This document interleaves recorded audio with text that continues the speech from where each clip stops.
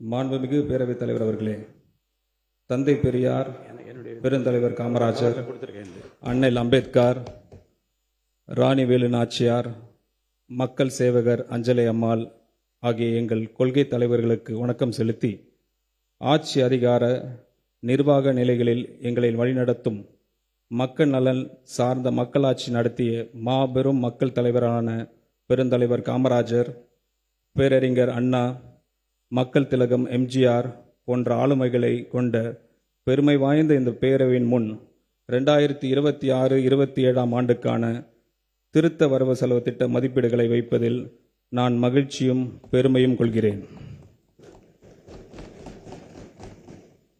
தனக்கு எல்லாம் கொடுத்த தன் மக்களுக்கு நன்றி கடன் செலுத்துவதற்காக மட்டுமே அரசியலுக்கு வந்தவர் நமது மாண்புமிகு முதலமைச்சர் அவர்கள்.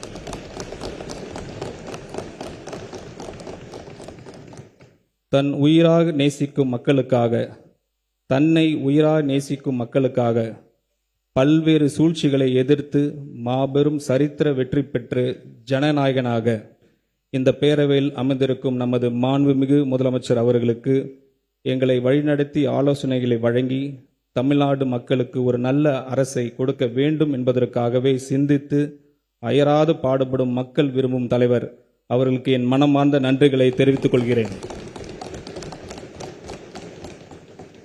தமிழ்மறை தந்த தலைமகன் திருவள்ளுவரின் காலத்தை வென்று வாக்கினை இந்த மாமன்றத்தில் பதிவு செய்து எனது உரையை தொடங்குகிறேன். பிறப்புக்கும் எல்லா உயிருக்கும் சிறப்போவா செய்தொழில் வேற்றுமையான். பிறப்பின் அடிப்படையில் அனைவரும் சமம், ஆனால் செய்யும் செயல்களில் அடிப்படையில்தான் அவரவர் சிறப்பு இயல்புகள் வேறுபடுகின்றனர். பிறப்பால் அனைவரும் சமம் என்று மேலான சமத்துவ கோட்பாட்டுடன் ஆட்சிக்கு வந்து 3 மாதங்களிலே ஏராளமான சாதனைகளை செய்து ஒவ்வொரு வீட்டிலும் பிள்ளையாக, அண்ணனாக, தம்பியாக, உயிராக, உறவாக, உணர்வாக வாழும் மக்களின் மனதில் நீங்கா இடம் பெற்றுள்ள நமது மாண்புமிகு முதலமைச்சர் அவர்களுக்கு தன் நெஞ்சில் குடியிருக்கும் தமிழ் மக்களுக்கும் நன்மை தரும் பல திட்டங்களை செயல்படுத்தி வருகிறார். தமிழ்நாடு அரசியல் வரலாற்றில் இதுவரை காணாத ஒரு சரித்திர நிகழ்வினை, மாபெரும் மக்கள் புரட்சியினை நமது மாண்புமிகு முதலமைச்சர் அவர்கள் நிகழ்த்தி காட்டியுள்ளார்கள்.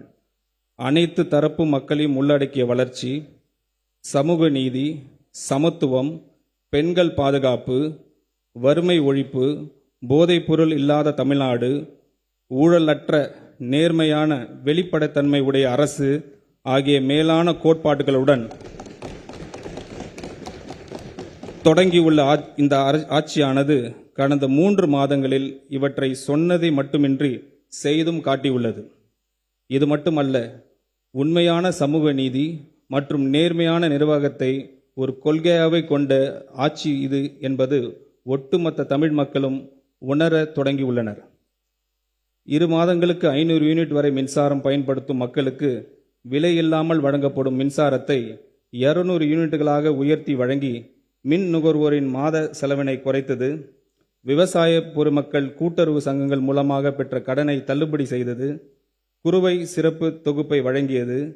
பெண்கள் பாதுகாப்பினை உறுதி செய்யும் சிங்கப்பெண் சிறப்பு அதிரடி படையை உருவாக்கியது.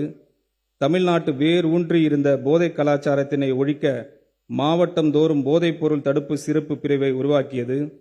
கல்வி நிறுவனங்கள், வழிபாட்டு தலங்கள் மற்றும் பேருந்து நிலையங்களுக்கு அருகில் பொதுமக்களின் அன்றாட வாழ்விற்கு இடையூறாக அமைந்திருந்து 717 சில்லறை விற்பனை மதுபான கடைகளை மூடியது.